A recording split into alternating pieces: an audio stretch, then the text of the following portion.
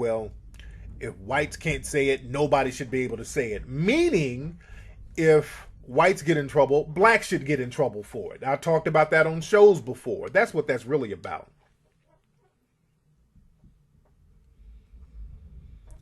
That's absolutely true what Neely Fuller said. They use coded words.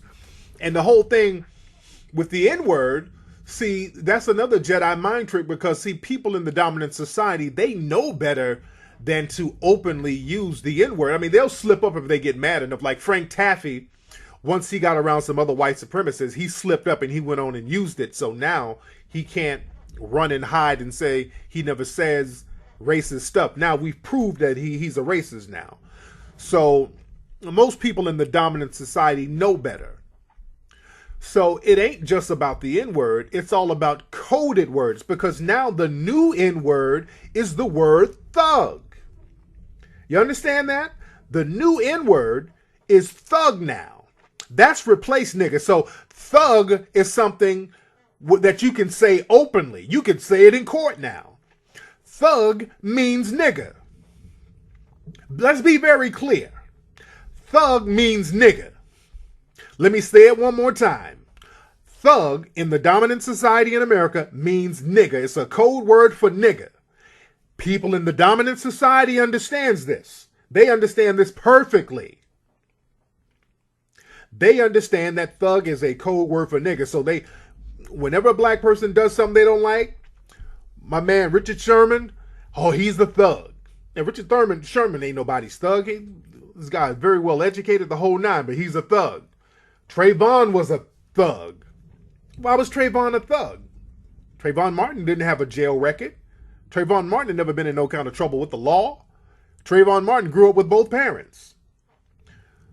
This trial with our brother Jordan Davis, they were calling it the thug music trial.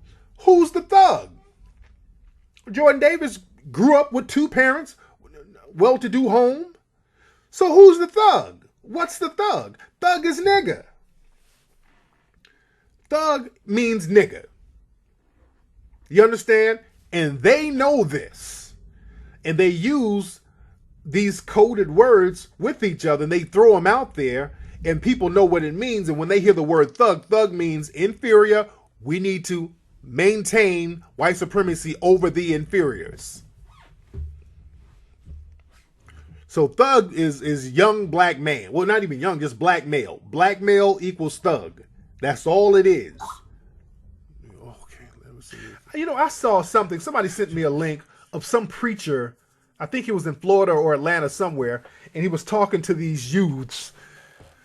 And he was like telling them, you know, hey man, it's real dangerous out here. So look, man, look kids, if you go in a store and you're wearing a hood, just take your hood off, you know. And I'm kind of mixed about that message.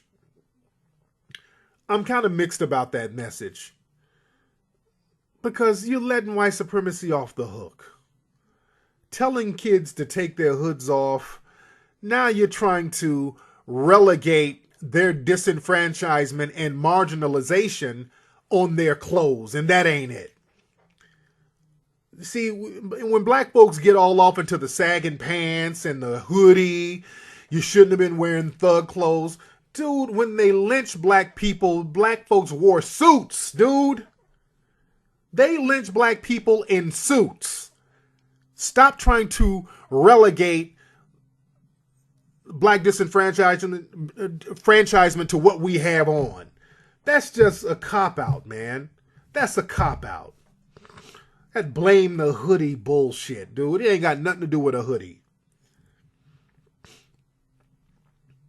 Ain't no thug clothes. And then black folks, we need to stay. We pull up our clothes, everything will be different. You copping out, dude. Remember, Richard Sherman was called a thug. The dude has a college degree. That dude ain't nobody's thug. They call all of us a thug. All of us are called thugs. But the clothes, that's not going to stop white supremacy, dude. That ain't going to stop no damn white supremacy. But yeah, don't let nobody run that bullshit on you, because that dress code shit, that's another way. They come up with new ways to discriminate against you. When me and Ola and Sean were in North Carolina. We were in, where were we at? Raleigh? Where were we? Not Raleigh. Where were we? We were in Charlotte. We did a lecture in Charlotte. We went over right across the street from our hotel at this little shopping mall. And then they sent the black security guard over to us talking about no white t-shirts. And then we looked around and there was a bunch of white people wearing white t-shirts. I'm like, what the fuck kind of Jim Crow bullshit are you talking about? The epicenter, exactly, at the epicenter. And I was floored. I was shocked. So we got to understand propaganda, man. We got to understand propaganda. And black folks don't understand it. Black folks start repeating that stupid shit. You got black folks walking around, man, black folk, we got to do better.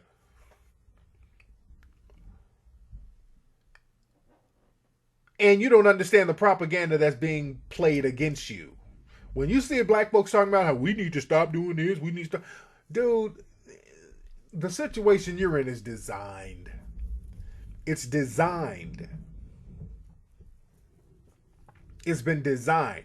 If you don't understand that, you're going to lose. You're going to keep losing. Just like with this whole show, let me tell y'all something. This whole show with the N-word, and I haven't seen it yet. I haven't seen this ESPN N-word special that they have. I haven't seen it yet. But my thing is this, even though I haven't seen it, why are you so concerned what black people call themselves? Because from what I understand, a lot of it has to do with black people calling themselves the N-word. Oh yeah, when they had Rachel Gentile on TV, I was like, oh fuck. I shake my head. Because they love that. See, let me tell you something, man. The dominant society, they love an ignorant nigga. They love an ignorant nigga. Nothing is more American pie than an ignorant nigga. That's just American pie right there. But let's talk about juror number 8 for a minute in the Michael Dunn trial. And they are parading this woman out, hot mess, talking about black juror says race was not a factor. Let me show y'all the game. And I talk about this a lot. For example, if we say we need a black person on the Supreme Court, they're like, you're right. Come here, Clarence Thomas. So they get a Clarence Thomas who's worse than anybody on there when it comes to black issues. When we say, hey, we need more black women who are models for magazines. We got all these magazines and there are no models. They're like, you're right. Come here, Gabby Sidibe. We're going to put you on the cover since we need some black folks. So there's always a backhanded diss. You understand what I'm saying? They know that the planned ignorance has affected a lot of the people in the disenfranchised communities down there. That's why you notice down in Florida, they get these women like the Rachel Gentiles and jury number 8, and they're always looking like they're half retarded. They can't talk. They look crazy as hell. It's just like the system of white supremacy has just worn them out. And that's by design. And again, I never give the system a pass. We can talk about responsibility all day long, but understand there were certain circumstances that created the Rachel Gentiles and the jury member number 8. That was a creation, man. And even just a lot of places in the South, man, people have regressed down there. In a lot of the places in the South. Not all, but a lot of places, man, people have regressed. You go down there and it's like talking to a damn slave from the 1800s. If you talk to him, because truth be told, it's conditioning.